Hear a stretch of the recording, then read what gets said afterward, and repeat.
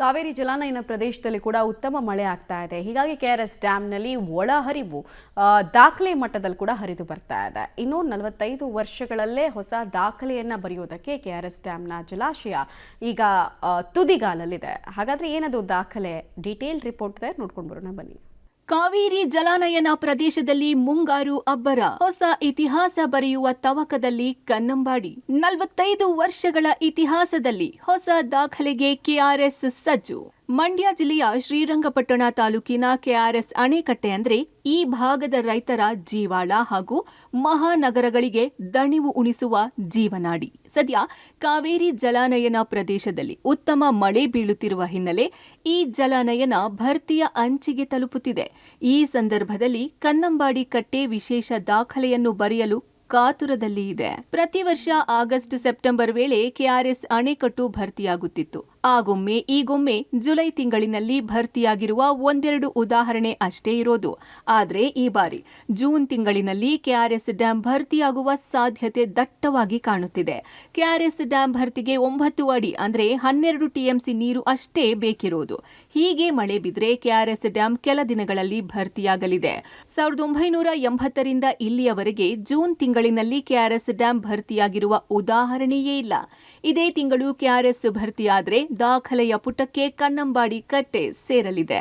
ಮಂಡ್ಯ ಜಿಲ್ಲೆಯ ಶ್ರೀರಂಗಪಟ್ಟಣ ತಾಲೂಕಿನ ಕೆಆರ್ಎಸ್ ಅಣೆಕಟ್ಟೆ ಭರ್ತಿಗೆ ಇನ್ನು ಕೇವಲ 11 ಅಡಿಗಳಷ್ಟೇ ಬಾಕಿ ಇರುವಂಥದ್ದು. ನಾನಿದೀಗ ಕೆಆರ್ಎಸ್ ಅಣೆಕಟ್ಟೆಯ ಬಳಿ ಇದ್ದೀನಿ. ದೃಶ್ಯದಲ್ಲಿ ಗಮನಿಸ್ತಾ ಇದ್ದೀವಿ ಕೆಆರ್ಎಸ್ನ ವಿಹಂಗಮ ನೋಟವನ್ನು. ಒಂದು ಕಡೆ ಡ್ಯಾಮ್ ಭರ್ತಿಯತ್ತ ಸಾಗ್ತಾ ಇದೆ, ಇನ್ನೊಂದು ಕಡೆ ಹಿನ್ನೀರಿನ ಸುತ್ತೆಲ್ಲವೂ ಕೂಡ ನೀರಿನಿಂದ ಆವರಿಸಿರುವಂಥ ದೃಶ್ಯಾವಳಿಗಳನ್ನು ಗಮನಿಸ್ತಾ ಇರುವಂಥದ್ದು. ಕಳೆದ 3 ದಿನಗಳಿಂದಲೂ ಕೂಡ ಮತ್ತೆ ಕಾವೇರಿ ಜಲಾನಯನ ಪ್ರದೇಶದಲ್ಲಿ ಉತ್ತಮವಾದಂಥ ಮಳೆ ಬೀಳ್ತಾ ಇದೆ.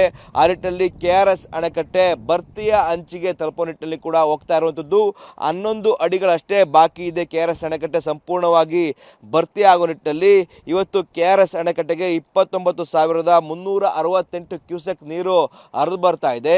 ಆ ನಿಟ್ಟಿನಲ್ಲಿ ಇಷ್ಟು ಪ್ರಮಾಣದ ನೀರು ಹರಿದು ಬರ್ತಾ ಇರುವಂಥ ಹಿನ್ನೆಲೆಯಲ್ಲಿ 24 ಗಂಟೆಗಳಲ್ಲಿ 4 ಟಿಎಂಸಿ ನೀರಷ್ಟು ಕೆಆರ್ಎಸ್ ಅಣೆಕಟ್ಟೆಯಲ್ಲಿ ಸಂಗ್ರಹ ಆಗಿರುವಂಥದ್ದು. ದೃಶ್ಯದಲ್ಲಿ ಗಮನಿಸ್ತಾ ಇರುವಂಥದ್ದು ಕೆಆರ್ಎಸ್ ಅಣೆಕಟ್ಟೆಯ ದೃಶ್ಯಾವಳಿಗಳನ್ನು. ಎಷ್ಟು ವಿಹಂಗಮವಾಗಿ ಕೆಆರ್ಎಸ್ ಅಣೆಕಟ್ಟೆ ಇದೆ ಅನ್ನೋದನ್ನು ಕೂಡ ನಾವು ಗಮನಿಸಬಹುದಾಗಿರುವಂಥದ್ದು.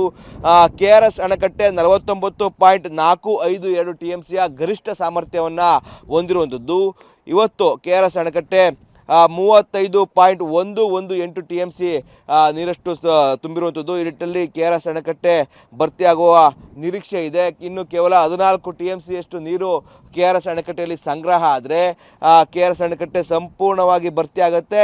ಈ ನಿಟ್ಟಿನಲ್ಲಿ ಈ ಭಾಗದ ರೈತರಲ್ಲಿ ಮತ್ತು ಜನರಲ್ಲಿ ಸಂತಸ ಮನೆ ಮಾಡಿರುವಂಥದ್ದು. ಯಾಕಂದರೆ ಕೆಆರ್ಎಸ್ ಅಣೆಕಟ್ಟೆ ಭರ್ತಿಯಾದಂಥ ಸಂದರ್ಭದಲ್ಲಿ ಈ ಜನರು ಅಂದರೆ ಮಂಡ್ಯ ಭಾಗದ ಜನರು ಮತ್ತು ಮೈಸೂರು, ಬೆಂಗಳೂರು ಜನರು ಕುಡಿಯೋ ನೀರಿನಾಗಿ ಕಾವೇರಿ ನೀರನ್ನು ಏನು ಅವಲಂಬಿತ ಆಗಿದ್ದಾರೆ ಅವರೆಲ್ಲರೂ ಕೂಡ ಸಂತಸದಲ್ಲಿ ಇರ್ತಾರೆ. ಅದೇ ನಿಟ್ಟಿನಲ್ಲಿ ಕೂಡ ಕೆಆರ್ಎಸ್ ಅಣೆಕಟ್ಟೆ ಭರ್ತಿಯ ಅಂಚಿಗೆ ತಲುಪ್ತಾ ಇರುವಂಥದ್ದು. ಕೆಆರ್ಎಸ್ ಅಣೆಕಟ್ಟೆ ಭರ್ತಿ ಆದರೆ ತಮಿಳುನಾಡಿನ ಖ್ಯಾತಿಯೂ ಕೂಡ ಇರಲ್ಲ. ಎಂದಿನಂತೆ ಸುಭಿಕ್ಷವಾಗಿ ಈ ಭಾಗದಲ್ಲಿ ಜನರು ಇರುವಂಥದ್ದು.